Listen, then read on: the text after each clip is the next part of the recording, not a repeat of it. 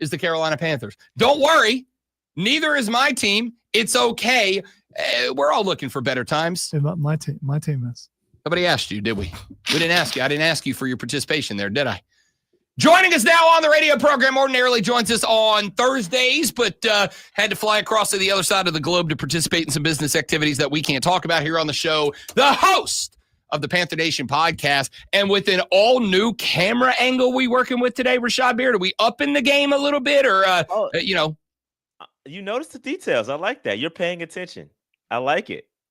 I like it. Yeah. Just trying a little closer angle. You know what I mean? Get a little more personal. But I like it. I like it.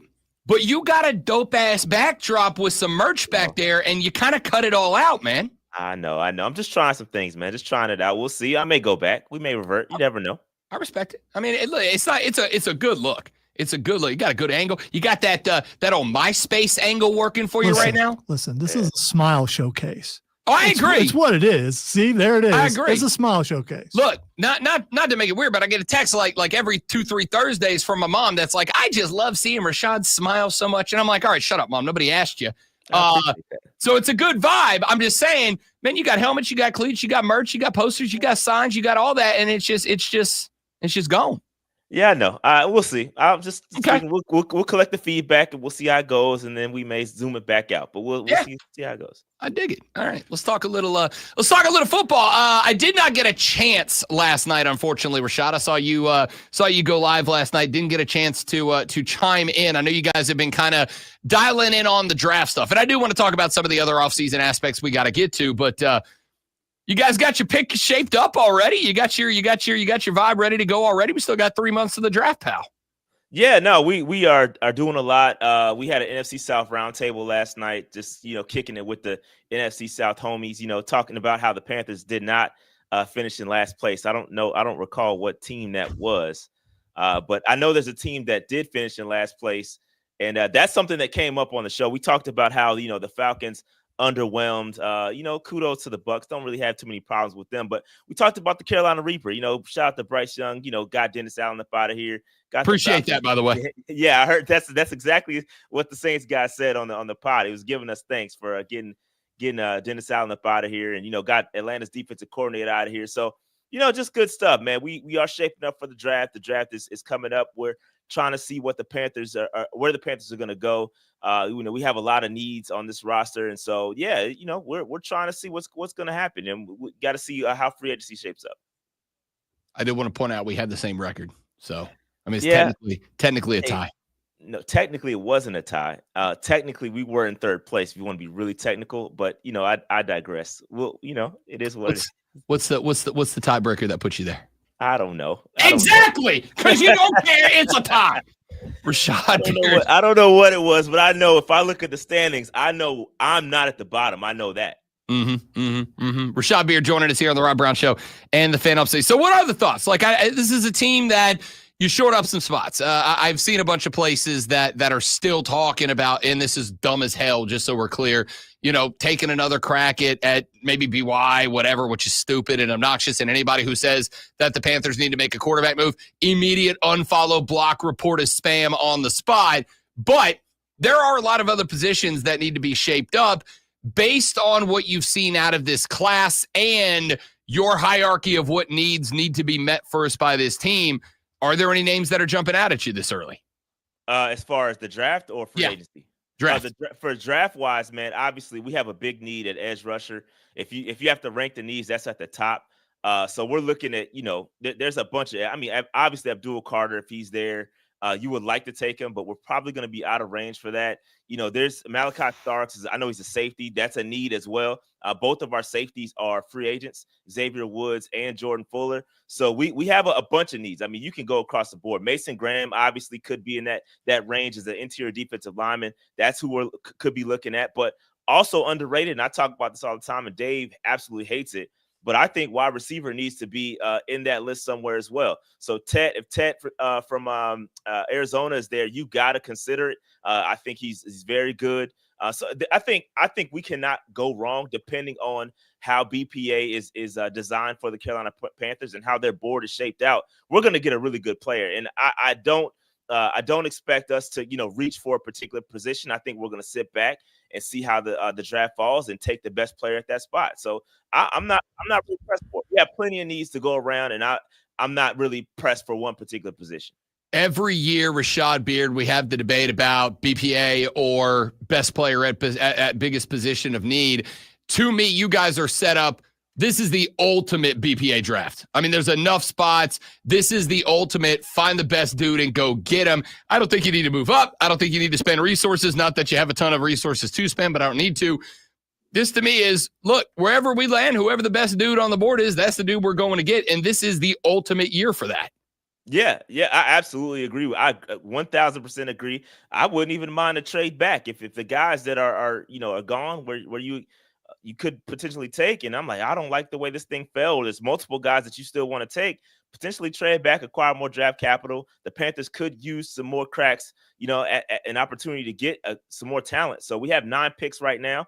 Could we see that increase? Maybe, I don't know. But the way our salary cap is set up, I think we could potentially use some more draft picks. So I don't know, man. I don't know what they're going to do. I'm excited for it. Even guys like Will Johnson, cornerback from Michigan, that's another guy I would potentially take. You get him opposite of J.C. Horn, you're in a good spot. So I'm not pressed to take any particular position. Let's sit back and see how it comes to us. Isn't it a nice feeling to be able to say, you know what, I don't know, I'm going to sit back and enjoy versus, oh no, I'm going to sit back and watch how we it up this year?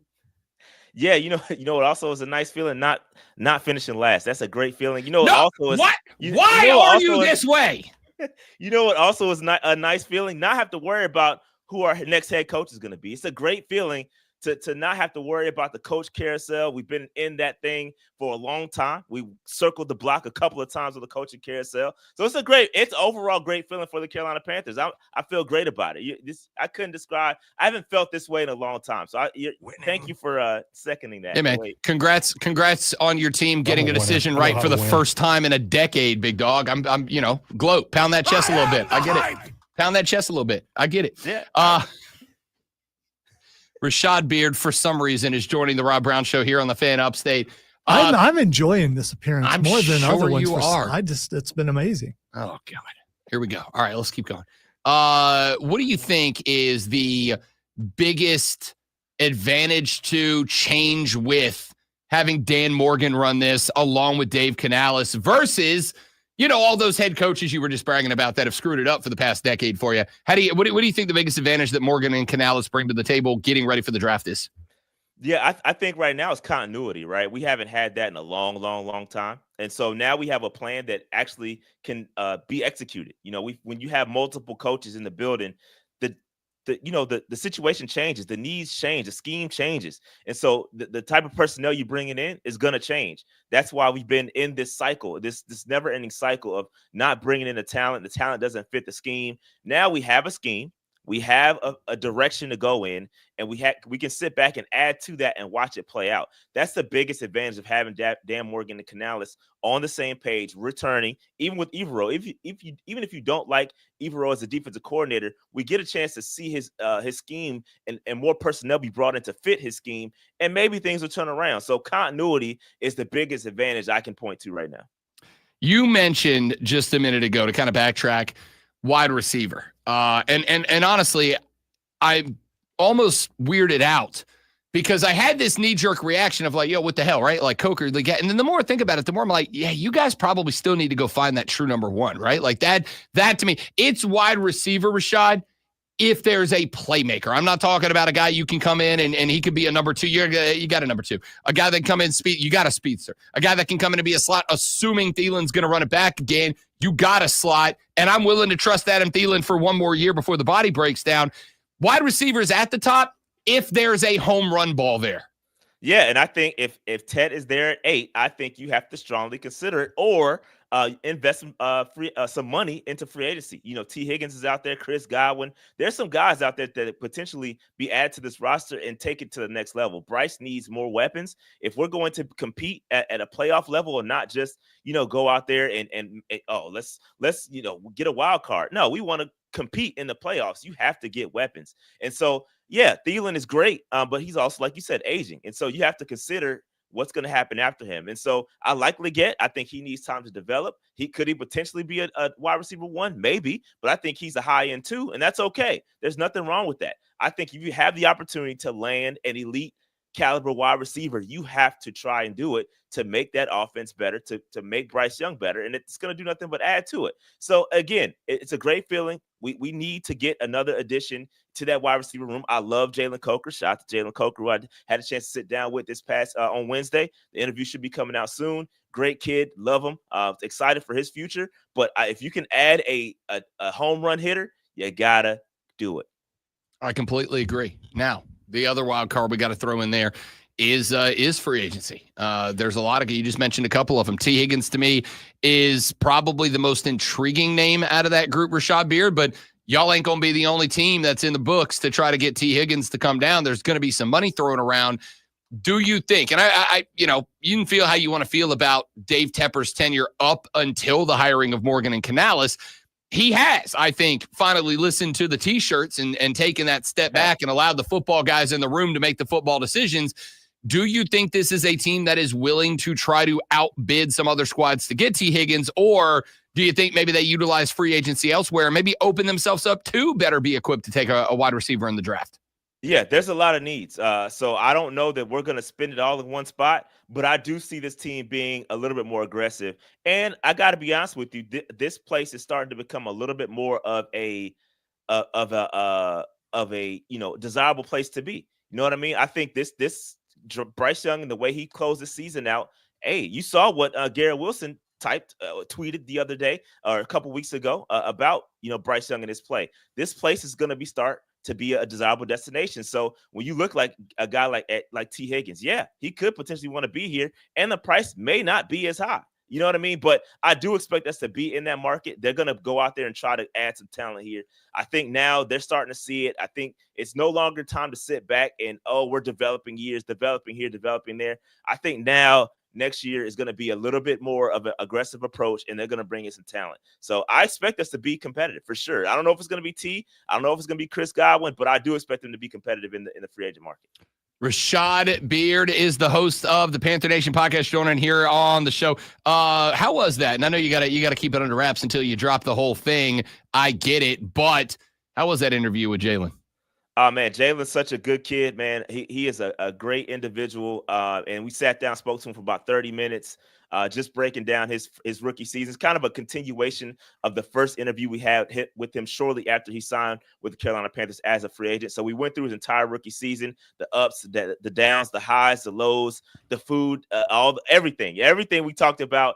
And he's a great kid, man. So I'm a big fan. You all know that. I spoke about Jalen Coker long before the national media, and he even touched the field. And so for him to go out there and kind of second all the things that we talked about and just be open to sit down with P&P, I'm very appreciative. He knows that. And we had a good time, man. Really good time. Love to hear it. Rashad Beard, host of the Panther Nation podcast. By the way, the tiebreaker was record in common games, in which y'all were 3-9 and we were 2-10. Wow. But we hung 41 on your asses. It's a tie. Dude, let it go. Technically, right? Yeah, technically, we're not last. Your computer's running slower than your microphone, and I hope it stays that way, Rashad. Rashad Beard, host of the Panther Nation podcast. Make sure you follow them on X at Panther Nation PC, but more importantly, get on over to the YouTube channel. They go live all the time, and I promise you, and I mean this as much hell as I give Rashad, I mean sincerely, I have not found a better channel at any point that does a better job of getting you prepped for the draft than the Panther Nation podcast. So make sure you follow them over on YouTube. My man, appreciate you as always, big dog. Yeah, appreciate you guys, man. See you next week. Do it again next week. My guy, Rashad Beard, the Panther Nation podcast. You can follow them again on X at Panther Nation PC. You can also get at them over on YouTube. Make sure you are liked up and subscribed to their YouTube channel. They do a fantastic job. I wouldn't keep having them on if they did not. I like the new angle for Rashad because he brought something at you that I don't know what it was. I was never going to say this while he's on the stream, but I'm infuriated because he's too handsome. It's infuriating to be on the screen next to that. He's just a handsome individual. I'm never going to say that to his face, but he's a handsome individual, and he makes me look bad by comparison. That's what Cole's trying.